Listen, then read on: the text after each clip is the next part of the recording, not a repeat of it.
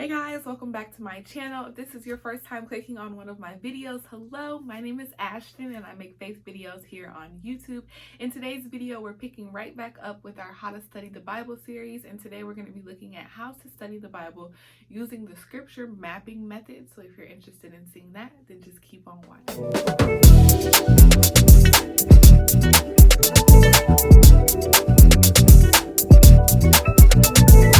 Guys, so if you haven't watched the first video in this series, How to Study the Bible Using the SOAP Method, then definitely go watch that. I will put that in the cards right over here, and you can watch that video. But like I said in the intro, in today's video, we're going to be looking at how to study the Bible using the scripture mapping method, and this is actually my favorite method.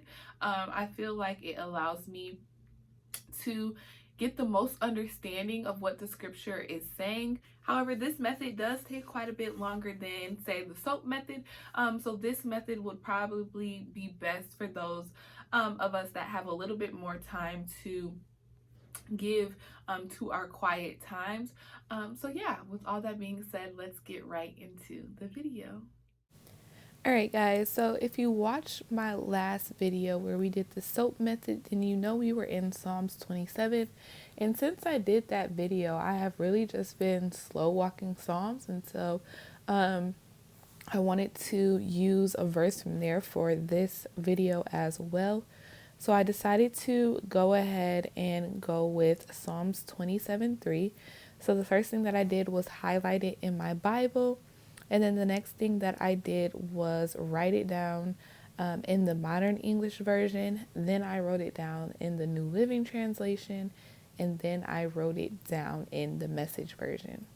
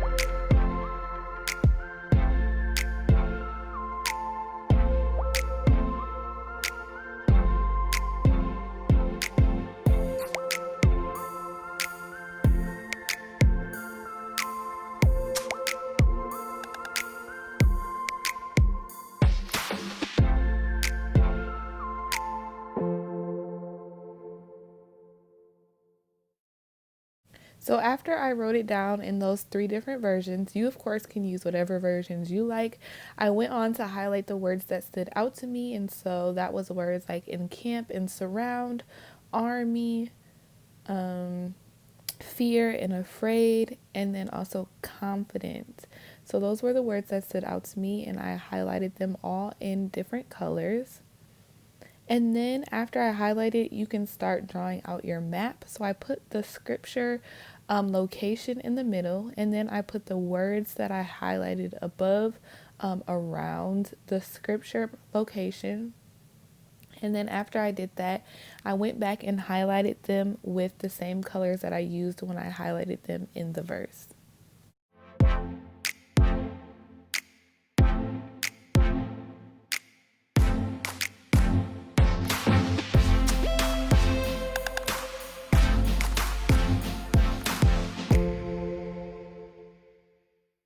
The next thing that I did was pull up my Blue Letter Bible app, and I went to Psalms 27:3 and went to the concordance.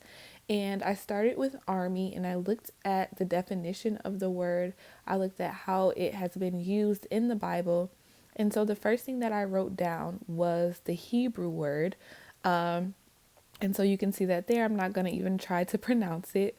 But I first wrote down the Hebrew word. And then I wrote down the biblical usage and also any definitions that I felt fit this scripture. And then I did that for every single word in the map.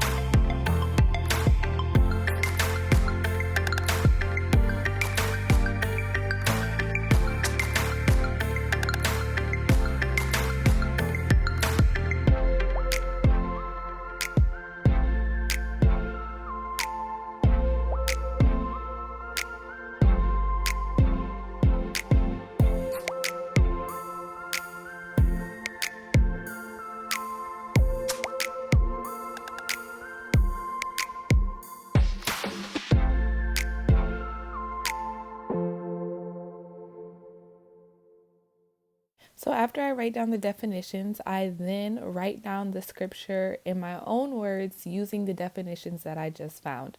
So I'll often pull up the scripture to have it side by side. And then sometimes I started off the same way. So here you can see I started off with though, just as it does in the scripture. But instead of saying an army, I said though a camp of soldiers. You can just see how I use the other definitions to write out this scripture. And I really like doing this because I feel like it helps me understand the scripture better because I'm looking at each definition of the word and I'm rewriting it. And because I've already written the scripture 3 times and now I'm rewriting it using those definitions that I looked up, it just helps to solidify what I'm reading.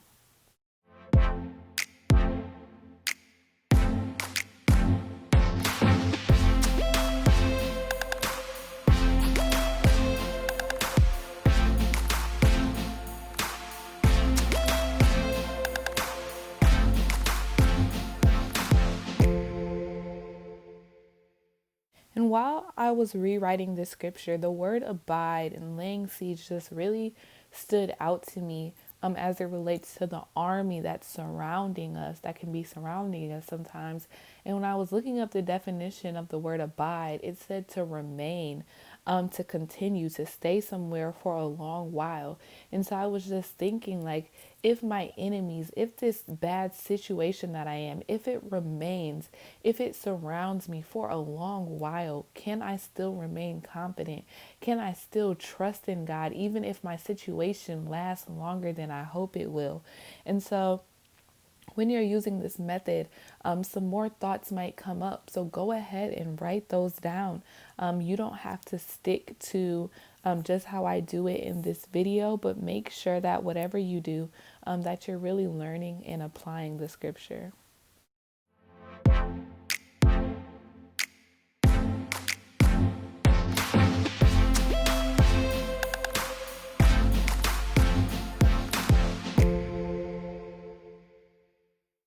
So this video was getting a little long and I ran to the edge of my paper. So the last thing that I would do is pray. I didn't write my prayer out here, but that is it. Thank you guys for watching this video. I'll see you in my next one. Bye.